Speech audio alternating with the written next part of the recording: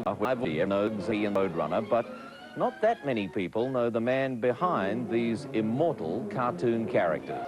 Oscar-winning animator Chuck Jones is in Australia at the moment as guest speaker at the Bulletin Black and White Artists Awards. And we're pleased because he's with us in the studio this morning. Good morning to you. Good morning to you. When you had your 55th birthday, your close friend, the science fiction writer Ray Bradbury, said that when he grew old, he wanted to be 14 years old like you. And I'm wondering whether that really just sums it all up, that Chuck Jones is really a kid at heart. Well, I don't know about that. I suspect that that all of us maintain that child in us, and most of us try to submerge it. I made no such effort, and what I tried to learn was how to draw well enough to express my feelings. And my daughter contends, well, when she was about 8 years old and I was around 31 or 2, she was worried because I would grow too far ahead of her. So I said, I'll tell you what I'll do. I'll lose a birthday every time you get one until we get to be 16, and then we'll go on together. And so we worked that out, and when we got to be 16, then afterwards she complained because she said she went on ahead, but I stayed there. You mentioned the word feelings and emotions. Do your characters, the characters you developed, did they have feelings? Did they have a soul? That's all they had. I mean, we never thought of them as drawings. We just thought drawing was a method of getting the life on the screen. Look up in the dictionary, and Noah Webster or whoever's running your dictionary will say animation, to invoke life. Yeah. Well, I don't know of any better way to describe it. That's certainly what we tried for. But I will admit that I dream about being Bugs Bunny, but when I wake up, I'm Daffy Duck. Somebody also said... Or the Coyote.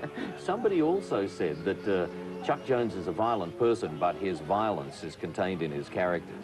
Now, I'm sure they were exaggerating there, but... Well, I don't know. The term violence is, I prefer to call it conflict, if you like. But in the Coyote and Roadrunner, we set down rules. The Roadrunner never harms the Coyote beyond coming up behind him and going beep beep. Now, if you consider that to be violent, well, you've got problems, and you too should see your psychologist. So does that mean, I mean, you would be aware that in recent years, anti-violence lobby groups have even targeted cartoons, and as an example of a subtle form of violence that influences kids. That must anger you. Well, I don't know. This last trip, we went up to Hopetown, 100 miles north of Sydney, and while we were there, I met a lot of those children, battered children mainly, and their response, they'd shown the pictures the way they're originally drawn, without any effect to take out violence or anything else.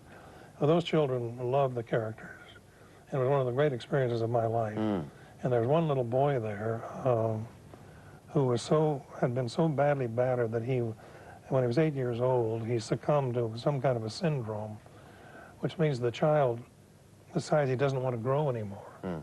So he was 14 now, and he still looked 8. They've never been able to figure out what this was. But his head was like a little skull. You know, he was the right size for a child, but he was far older than the oldest dead man.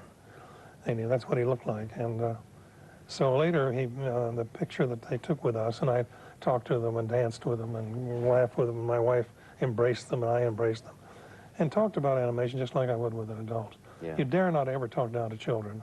Great books are always, a great child's book can always be determined by whether an adult can read it or not. Yeah. Do you have a favorite character? Well, I wanted to finish about Robert because... I'm sorry. Because when his picture with us was published in the Australian, the principal gave it to him, and he wrapped it up very carefully and put it inside his shirt. And she said for the first time in his life, he smiled. Yeah.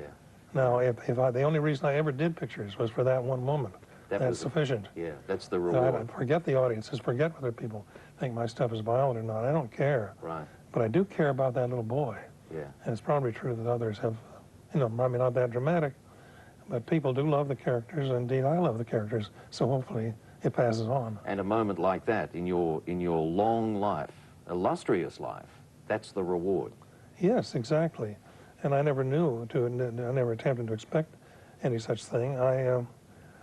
What we tried to do was to make people laugh, and all of our films were made for theaters. Yeah. You may remember that they ran them a couple of years ago. They ran them here in one of the big I do. theaters, and I remember that they filled the theater, and there were several hundred people turned away. Well, most of those people have never seen the pictures the way they were intended to be shown, Yeah. a big screen. Yeah. Well, this year we ran it on what we call Bugs on Broadway, and we showed some of them last year in the States, hopefully.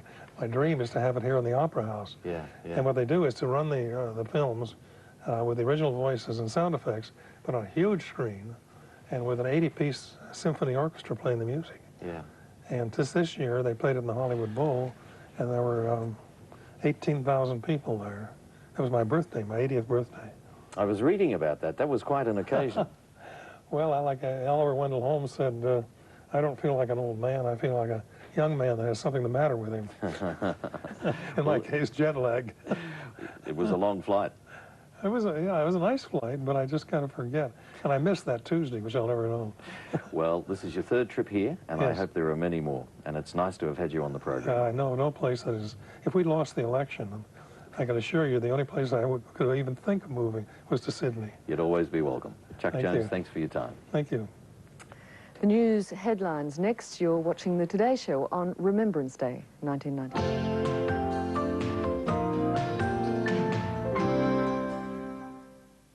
6:30. So why don't you go shoot yourself an elephant? You do, and I'll give you such a pinch. The brains behind Bugs Bunny and his animal